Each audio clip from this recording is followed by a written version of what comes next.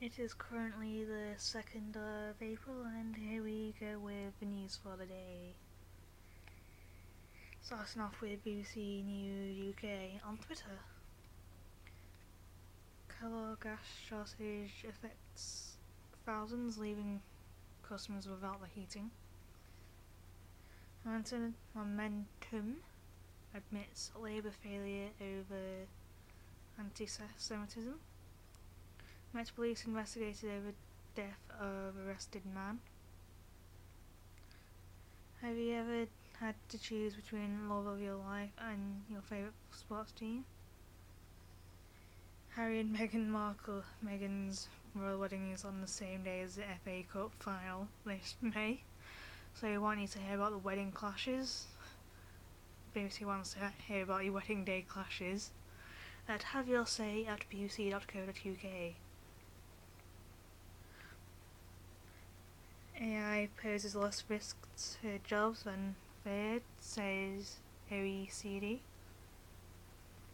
Russia's Foreign Minister Sergei Lavrov tells me why current tensions between Moscow and the West is worse now than the old Cold War. As in from Stephen Rosenberg. Snow, rain and flood make bank holiday travels a trial. Probe launched into Wrexham HMP Berwyn prison death. Nazanin Zaghari Ratcliffe's husband disappointed with Boris Johnson. Get your job done, Boris Johnson. Preferably in a way that doesn't make you look like a tool. Swanage seawall car crash, pedestrian dies.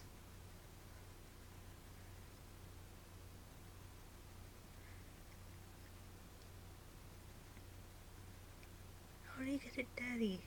Complete nincompoop. South African anti-apartheid campaign. Winnie Mandela has died aged 81, her personal assistant says.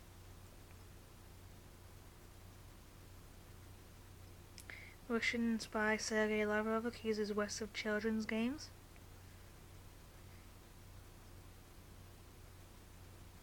Back in January 2017, my outside source, tweet by Ross Atkins, decided to try a self-monitoring system to increase the number of women contributors.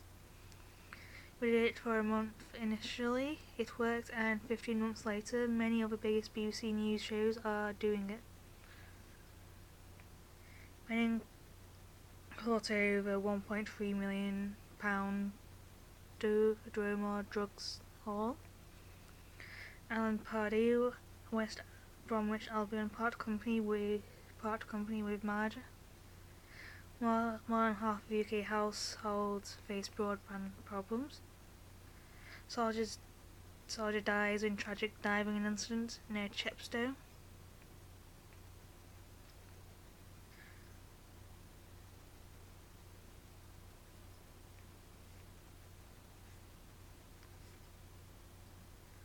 Doctors have warned that the winter pressures on the hospitals in England are likely to extend into summer. Dr. Chanad Nagpur, the chairman of the BMA, told us he expected to see a year-round crisis in the NHS. 2 dead and 1 arrested after a wrong way M62 crash. How'd you go the wrong way down the motorway? The Wiltshire soldier died in a diving accident during an army training course. Lance Corporal George Partridge was with 26th Engineer Regiment based in Perham Down.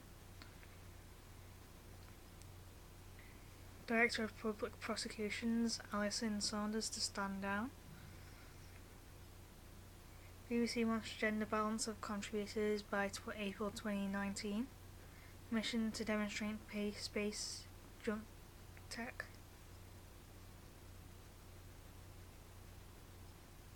Child poverty, pale and hungry pupils fill pockets with school foods. Aggressive bailiff behaviour remains lingering concern. The Ministry of Justice Review.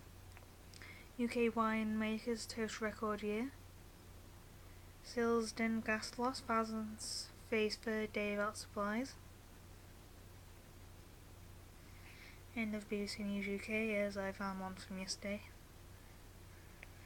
Let me find next one. BBC World News. Elephants loose on motorway in Murcia, Spain. Not something you hear every day. Winnie Mandela on her and Nelson's struggle. Deadly family car cliff wreck may have been intentional. Colombian prisoners get guard drunk and escape. How did it get? Another thing you don't hear every day. Retired South African Archbishop Desmond Tutu hails Winnie Mandela, who has died aged 81, as a defining symbol of the struggle against apartheid.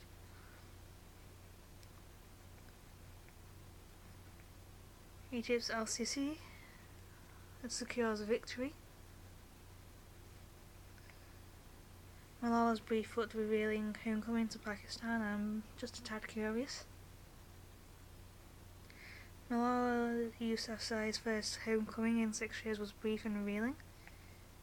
Brief given the amount of time she would have otherwise liked to spend in Pakistan with friends from her early teens, whom she saw again after a shocking and long separation. One can easily imagine her longing to share the stories of people she has met, things she has done, the world she has travelled, and the international distinction she enjoys, revealing because as a Dawn newspaper editorial on Friday underscored, Malala's story continues to illustrate much of what bedevils this country and the conflict narrative that needs feeds its sense of perpetual victimhood. It was Malala's first homecoming since 9th of October 2012, when a Taliban gunman shot her in the head. Since then, she has been living in the UK after recovering from near-fatal injuries. Malala and her family relocated to Birmingham, and she is now studying at Oxford. Her global fight to improve girls' literacy saw her become the youngest person ever to win the Nobel Peace Prize. The trip back to Pakistan has come out of the blue during an address at the Prime Minister House shortly after her arrival on Thursday. She said it was a dream come true, but the secrecy that shrouded her movements and tight security cordon that controlled people's access to her and possibly access to people couldn't have been a part of that dream. She expressed this sentiment to a neighbourhood in Mingora, the main town in Swat Valley, where she used to live. "Uncle, I will come again next year, and I'll come without the security." She was quoted as telling Faridul Haqqani, who spoke to BBC Urdu's Rifatullah Arakazi, the national homecoming. Mr. Haqqani was able to meet Malala because he lives in a house in Mingora where Malala's family used to live until she was shot. The family, Malala, her father Zidane Yousafzai, her mother and 2 brothers flew in a military helicopter to Mingora on Sunday. They were accompanied by Federal Minister Miriam Aurangzeb. The visit was just as unexpected as her arrival in Islamabad 2 days earlier. They spent just about 2 hours in the area and only visited 2 places. The first stop, their erstwhile home, was understandably their prime destination, and the visit turned into a deeply emotional event. As soon as they stepped into the house, they broke into tears, Mr. Haqqani said. Ziauddin prostrated himself on the lawn of the house. He kissed the ground and then picked up the soil and rubbed it into his eye, a Thanksgiving gesture. Then was silent There was silence in the house that lasted several minutes. He said Malala and her mother Topekai Yousafzai repeatedly inquired about the neighbours and asked questions about how everyone was keeping and what they were doing. Malala then asked to meet her friends in the neighbourhood, whom officials brought over amid tight security. Mr. Haqqani said he had a long chat with Malala as she went with him from room to room, recalling how they had used each room when they lived there. I could see that her thoughts had matured. She felt restrained by the pressure of the presence of security, and promised that she would come without security the next time. The only place that she visited in Mingora was a military-run cadet college, where she met students and staff and wrote in the visitors book. Some of her friends were also invited. The disappointed some social and political activists who had been looking forward to meeting her. Also disappointed were students of a women's college she helped build in her native district of Shangla, neighbouring Swat, but everyone quoted in the media said they understood her constraints and that she continued to be a target of the Taliban. Danger remains.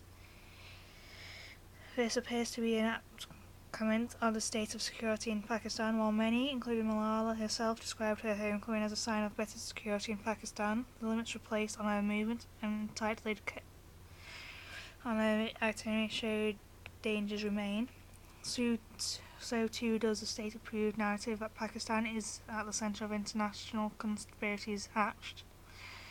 As any political Pakistani or on the streets will tell you, the Jews, the Crusaders and the Hindus. This was evident in the fierce social media campaign mounted by her opponents during her visit, repeatedly accusing her of being a decoy and an agent of the enemy powers promoted to humiliate Pakistan. The state, and more particularly all-powerful security forces, have done nothing to change that narrative. While the desire of the Yousafzais to visit Pakistan is understandable, and who arranged this visit, the civilian government of Prime Minister,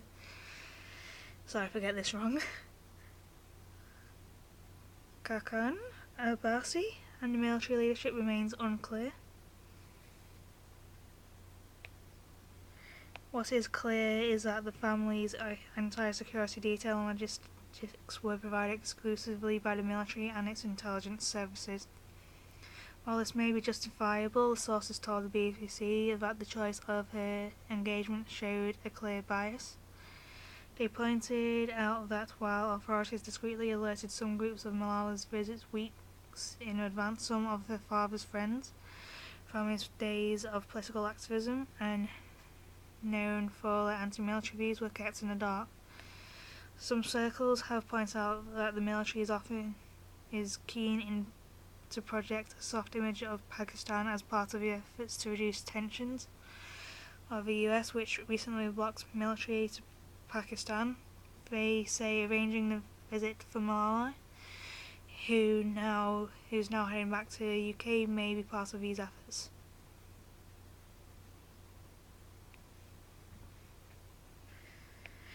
End of article.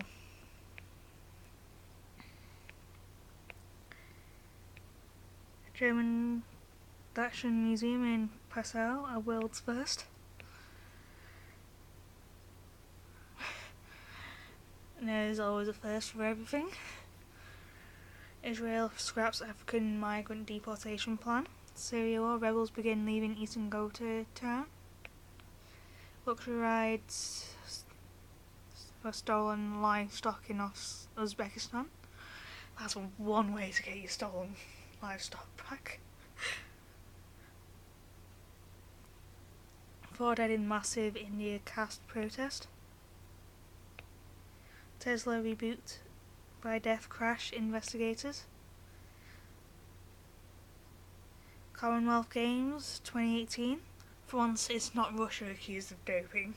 It's the India boxing coach denies doping. Costa Rica President-elect Carlos Alvaro calls for unity. Kim Jong-un moved by K-pop peace concert in Pyeongchang. Boko Haram, more than a dozen dead in Maiduguri.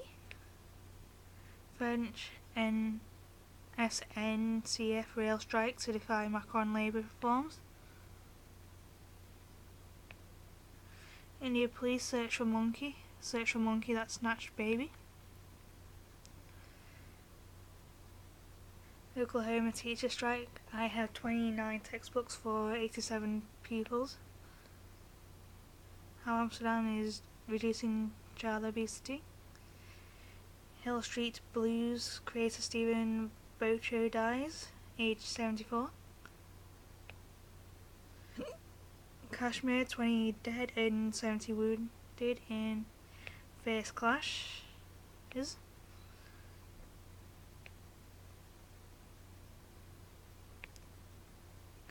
A Kuwaiti court has sentenced a Lebanese man and his Syrian wife to death for killing a Filipino maid. The junk is down. The remains of an 8-ton defunct Chinese space lab have come down over the South Pacific. Brazil's rising tide of young conservatives seeks change.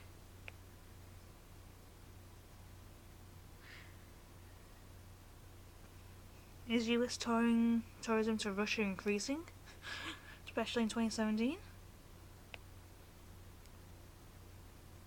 The legacy of King and Kennedy.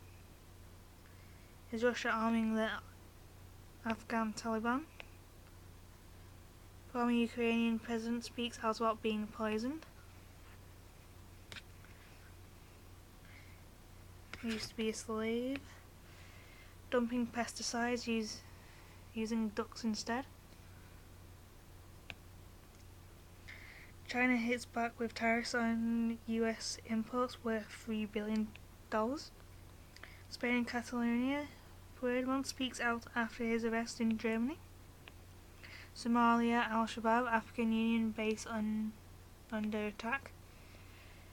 DACA Dreamers, Trump vents anger on immigrant program.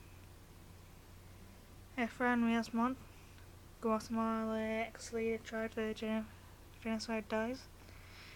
And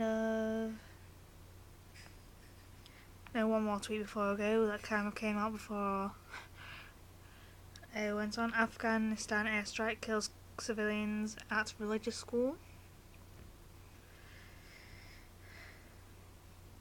This awkward subject is religious school. You don't know who really they're supporting, as they could be supporting whatever is out there that we don't want or need. So yeah, sorry if I offended anyone. So yeah, end of part 1, end of the video.